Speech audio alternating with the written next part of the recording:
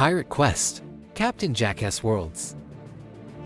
जंगल के बीच से भागते कैप्टन जकास और टनटुन घूमते पेड़ों और लंबी घासियों के दरमियान निकल रहे थे जब एकाएक बादल गरजने लगे और हवा में अजीब सी गुनगुनाहट छा गई, जैसे कोई जंगल खुद कुछ कह रहा हो। कैप्टन जकास अपनी चमकदार लाल कोट में टोपी को मजबूती से पकड़े हर एक आवाज पर अपने खंजर का हिस्सा दबा रहा था, जबकि टनटुन मोटू डरा हुआ जंगल के इस हासिल लेकिन खौफनाक रास्ते में उन्हें दिखा एक पत्थर जिसमें कुछ लिखा था, जो रोशनी को समझे वही अंधेरे को चीर पाए। कप्तान ने इस पहेली पर घूरते हुए कहा, लगता है जंगल सिर्फ पेड़ और जानवरों से नहीं, पहेलियों से भी भरा है। हाँ, टनटुन ने मुंह बनाकर कहा, मुझे पहेलियों से ज्यादा भूख लग रही है। तभी उनके सामने आई एक स्ट्रेंज जंगल एंटिटी, एक छोटी सी ग्लोइंग चिड़िया जो हवा में तैरती थी और आंखों से जग ऐसे कोई रास्ता दिखा रही हो।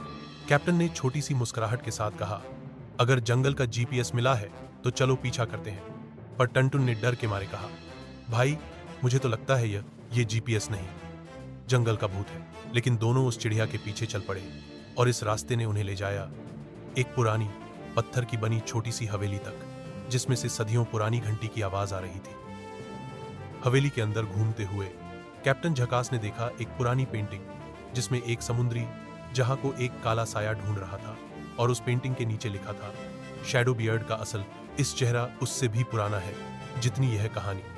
कप्तान ने आंखें छोटी करके कहा, इसका मतलब शैडो बियर्ड सिर्फ पायरेट नहीं, कोई बदला है जो बरसों से इंदा है। टनटुन तो डर के मारे चिल्लाने लगा, मतलब वह भूत है? मैं घर जा रहा हूं। लेकिन कैप्टन ने उसका कान पकड़ के खींच लिया, तेरा घर अब एडवेंचर है और एडवेंचर से भागना मना है। तभी हवेली के अंदर से के पुरानी आवाज सुनाई दी, एक औरत की लेकिन आत्मा जैसी, तुम जो ढूंढ रहे हो वो तुम्हें तब मिलेगा जब तुम अपना दर पीछे छोड़ दोगे।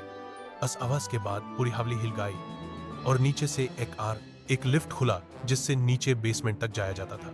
कप्तान और टनटुन नीचे गए जहां उन्होंने देखा नक्शे का एक और टुकड़ा और साथ ही एक जादुई चाबी जिसमें एक नीली रोशनी जल रही थी। तभी पीछे से आवाज, मैं कह रहा था ना तुम लोग सही रास्ते पर हो। यह था वह रंगीन तोता जिसका नाम है चीकू। हर बात में कमेंट्री देना उसकी आदत है, लेकिन समझ लो सर, डाउ बेयर्ड का जासूस यहीं कहीं छुपा है। कप्तान ने चाबी उठाई और कहा, तो साया जितना अंधेरा हो रोशनी उतनी तेज होनी चाहिए। टनटुन ने बीच में कहा, यार मुझे तो बस रोटी चाहिए। कप्तान ने हंसकर कहा, रोटी बाद में, पहले खजाना। रास्ते में निकलते हुए चिड़िया फिर से सामने आई और एक और दिशा दी, लेकिन इस बार वह जंगल इतना सरल नहीं था। पेड़ों के दरमियान को अजीब सी आवाजें आने लगी जैसे कोई चल रहा हो। फिर सामने आए कुछ जंगल के प्राणी, ऐसे जानवर जिनके मुंह पर मास्क था, हाथ में लकी के हथियार और आंखों में नीला ग्लो। कैप्टन, मैंने सोचा ये जंगल के रखवाले हैं और उनसे बचने के लिए उन्हें पहेलियों का जवाब देना पड़ेगा। पहला सवाल था, वह क्या है जो बिना पैर के चलता है, बिना पंख के उड़ता है? कप्तान ने तुरंत उसने जवाब दिया, हवा। जानवर रुके, एक तरफ हटे और रास्ता दिया। दूसरा सवाल था, जो तुम्हारे पास होता है पर दूसरा ज्यादा देखता है? टनटुन ने सोचकर कहा, सपना। जानवर फिर से हिले और सी कैप्टन ने टनटुन को प्राउड लुक दिया, देखा दिमाग है इस गोल मट्टू के पास।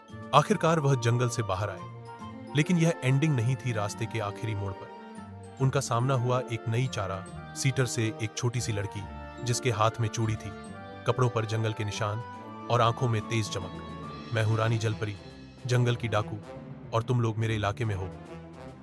तो गिर ही पड़ा डर के मारे, लेकिन कैप्टन ने हाथ जोड़ के बोला, हमारे पास खजाना नहीं, सिर्फ सवाल है। रानी जलपरी ने हौसी छोड़ के कहा, तो जवाब दो, अगर सही दिए तो जिंदा बच जाओगे। यह जंगल सिर्फ पेड़ों का नहीं, रिडल्स, राज और रिश्ते का था, और अब रानी जलपरी भी इस कहानी का हिस्सा बन चुकी थी।